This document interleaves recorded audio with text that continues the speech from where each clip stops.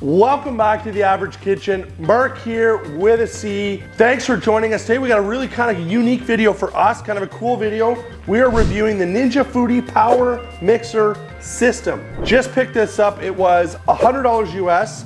I want to show you what you get for 100 bucks. You got your whisk attachment, 2 beaters. Then you've got this, I keep mixing that, immersion blender attachment and this immersion cup. So here's the cool thing about this. You take that off. I'll just show you the functionality of it first. There's your immersion blender. Pop that off. Pop this handle back on.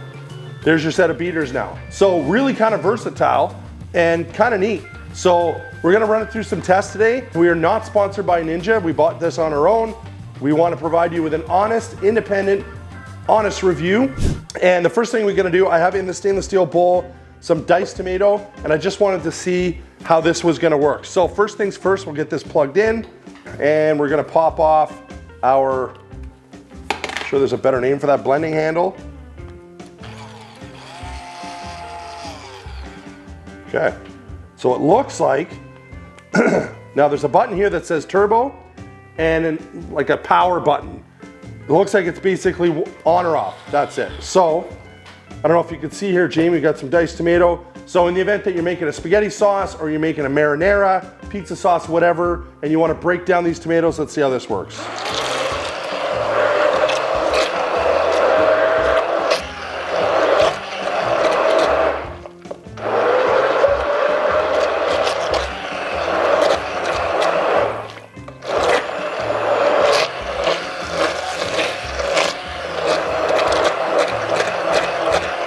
Now I didn't set a timer, but what was that, Jamie? Roughly 30 seconds, maybe a minute? Nice thing about this is this rubber coating on the bottom. So if you are using this in a pot, it should not scratch the bottom. So maybe what I should do is run that through a sieve, so to show you how good of a job it blended that up. I don't see any chunks in here, but let me grab a blender in a different bowl and let's see how we did. All right, so let's see how we did here.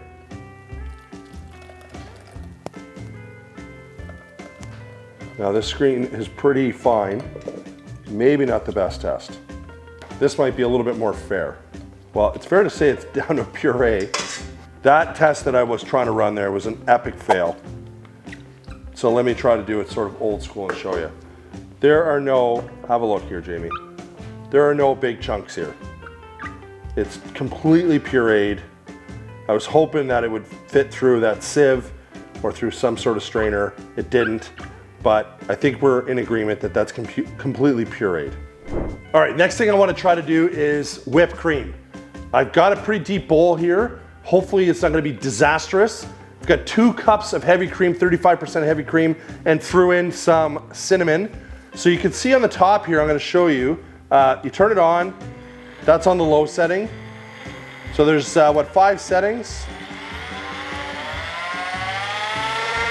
And then turbo. I don't even know what that does really, but that's the lowest setting. I'm gonna turn that off. Wish me luck. So we're gonna try to make whipped cream. That's the goal.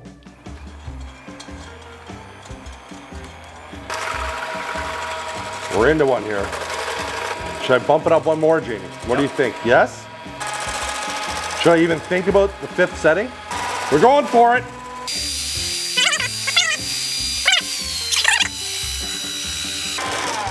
All right, I think that we're more than satisfied. Pop that out.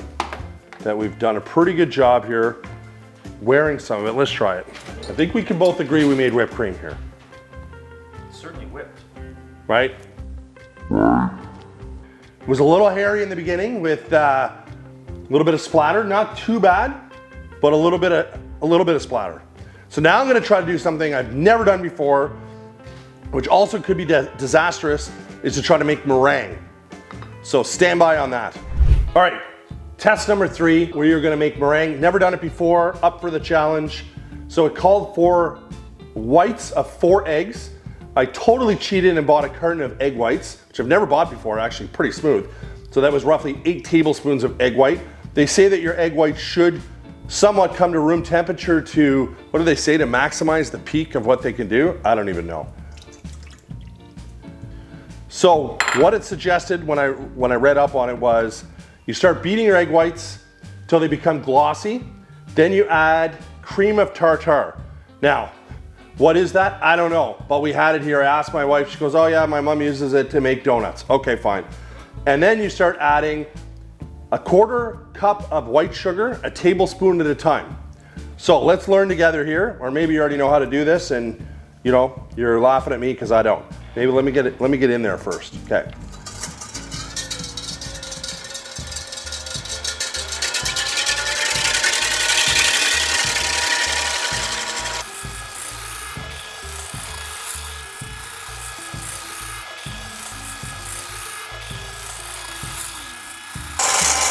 Now I guess we don't really know what to compare this to, so we could just say it looks awesome, but maybe you at home know, maybe you're a meringue specialist and you know, hey guys, step up your game, you gotta do this or whatever, so please leave us a comment, let us know what we're doing wrong here, but I'm gonna shut that down.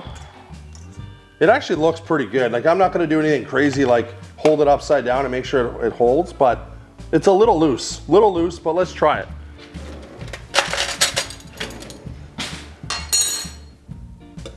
Now I know you're supposed to like toast the tips and stuff. It actually tastes amazing. Tastes amazing. It's unbelievable. Again, a little bit loose, so maybe like, do I need to continue? Like, should I give it a few more minutes? I don't know, but that tastes unbelievable. Should we just give it a few more minutes? Just go right to turbo.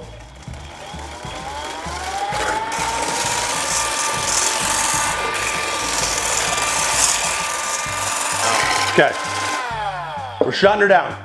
That's it. But actually, I'm lying. It's thickening up, look. Yep. Ooh, it's even better. I mean, well, we have to keep going now. Like, we gotta go the distance here, guys and girls. All right, last time. All right. no safety on that. No, but look. Upside down, I'm so nervous. Okay, there is some movement, but way better than we started with. It's unbelievable. All right, I think we've proven that this does really good with making meringue. I think it's great. All right, now I'm gonna show you how to make my go-to favorite homemade Caesar salad dressing. Now I don't have anchovy paste, which I just realized, but that's okay. I've made it without it before. It just adds that little bit of extra zip to it, but we're gonna start with 2 egg yolks. So we've got 2 tablespoons of Dijon mustard. We're gonna add that in here now. We've got the equivalent of juice from a lemon, but I just used squeezed lemon juice. So it's roughly a tablespoon. And then we've got a tablespoon of minced garlic. I'm gonna put that in there as well. And then I'm just gonna crack in some fresh pepper. So we're just gonna give that a real quick mix. Whoa, that could have been disastrous. And normally, I've actually never done this with the electric beater. Normally I would just whisk this in by hand. And what you wanna do is slowly whisk in your 3/4 cup of vegetable oil. In this case here, we're gonna try it with the electric beaters and slowly whisk that in, but just use the beaters. So power on low. All right, so we're gonna slowly start.